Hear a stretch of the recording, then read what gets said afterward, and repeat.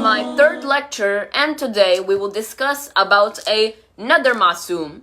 Today we will discuss about Imam Ali alayhi salam. Allahumma salli ala Muhammadin wa ali Muhammad.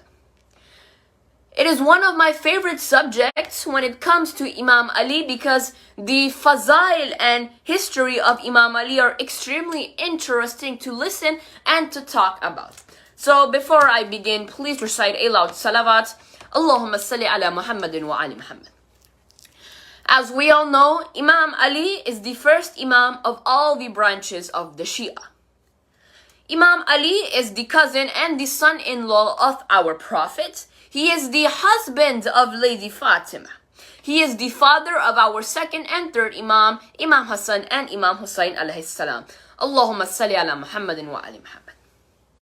The rest of the Imams of the Shia come from the descendants of Imam Ali. According to Shia historians and many Sunni scholars, he was born inside the Holy Kaaba, and that is why we call him Maulud Kaaba. Based on evidence from the Quran, Hadith, and history, the Shia believe that Imam Ali was the direct designated successor of our Prophet.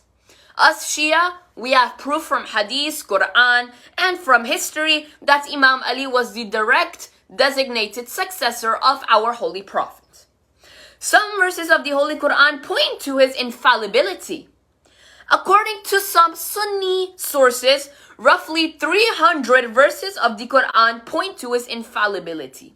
But us Shia, we believe that it is 1,000 verses in the Holy Quran that were revealed with regard to his virtues. We Shia, we believe that it was 1,000 hadiths, 1,000 verses from the Quran that are related and that were revealed with regards to his virtues. But you need to understand that for Sunnis, it's 300. They believe it's 300 verses from the Quran that were brought and that were revealed regarding the virtues of Imam Ali. But us Shia, we believe, no. It's 1,000 verses of the Quran that are regarding the virtues of Imam Ali. Now, I feel like it is important to talk about Imam Ali and his relation with Rasulullah. What has Imam Ali done for our Prophet? Well, the most number one event that should click in everybody's mind is Shab-e Hijrat. Now, in my lecture where we talked about Rasulullah, I gave a massive introduction and talk about Shab-e Hijrat.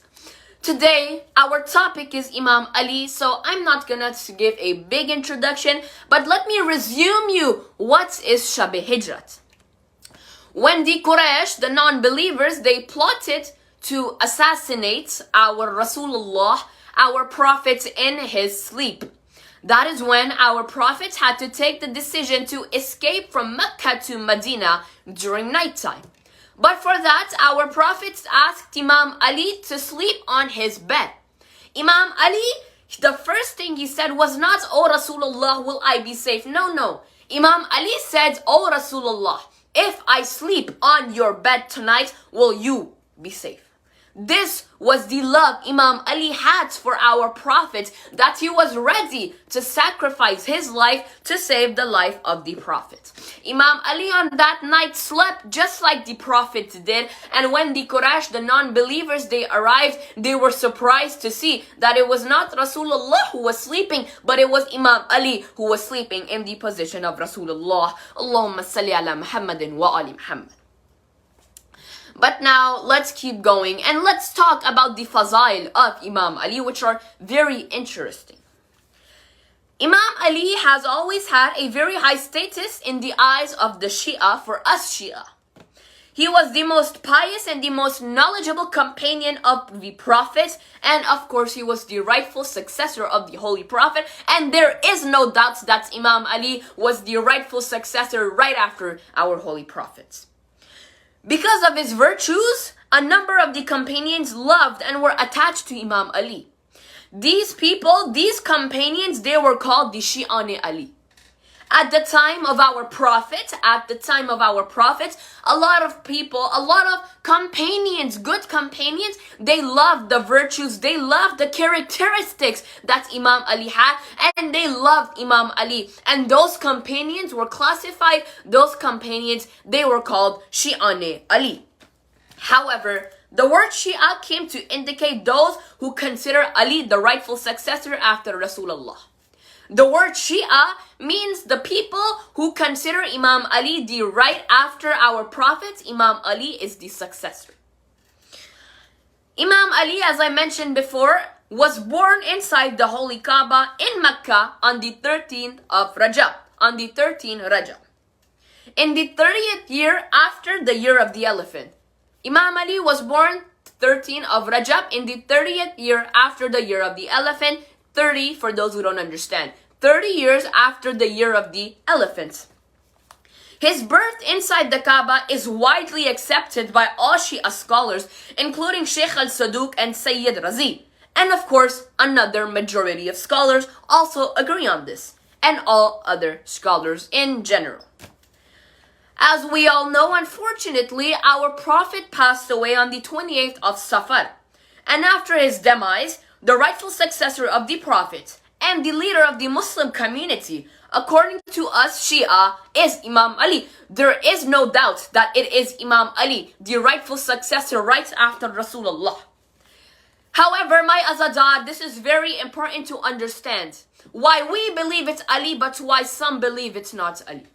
When Imam Ali was doing the funeral ceremony of our Prophet, not after, when, during Imam Ali, when Imam Ali was occupied with performing the burial rituals and the ceremony of our Prophet's martyrdom, a group of companions at the same time, instead of paying their condolences to the family of Rasulullah, they gathered in a place called Saqifa and they decided that they wanted to hold an election. This was the first betrayal because on the day of Ghadir, our Prophet announced, Man kuntu mola fahaza Ali mola. Our Prophet said, whoever I am the master, Ali is your master. There is no doubt that everybody heard that. All the companions, they were witness that Rasulullah said this. But even though during the ceremony of the burial of our Prophet, instead of going to pay condolence or participate in the ceremony, they are holding an election in a place called Saqifa. They did not listen to the order of our Prophet. My Azadar, this is during the ceremony of martyrdom of Rasulullah. They held an election and they decided to elect Abu Bakr as the Khalifa. They forced people to pledge allegiance to Abu Bakr. They forced Imam Ali, but Imam Ali, he refused. My Azadar, it is very important to know, never ever get confused when it comes to this. Imam Ali never pledged allegiance to Abu Bakr and he always refused. We should not even have a misunderstanding in this. 1,000,000% Imam Ali, he refused to give allegiance, to pledge his allegiance to Abu Bakr. Abu Bakr then decided that he wanted to confiscate Fidak. Baghi Fidak, which was a gift from our Prophet to his daughter Fatima as a victory of Khaybar. For those who don't know, when our Prophet was victorious of Khaybar, when Imam Ali and our Prophet they gained victory of Khaybar, our Prophet, with the order of Allah, gifted Baghi Fidak to his daughter Bibi Fatima. My Azadar, right after the martyrdom of our Prophet, Abu Bakr, he came and he confiscated Baghi Fidak. But Imam Ali, he objected this decision in the defense of his wife Bibi Fatima. And after that, do you want to know what else happens after the martyrdom of our Prophet? Right after the martyrdom of our Prophet, there is an invasion in the house of Imam Ali, in the house of Bibi Fatima. They invade the house of Bibi Fatima, which means they destroy, they burn down, they forcefully entered the house of Fatima. My Azadar, listen carefully. Malakul Maut, a farishta, he asked permission to enter the house of Fatima.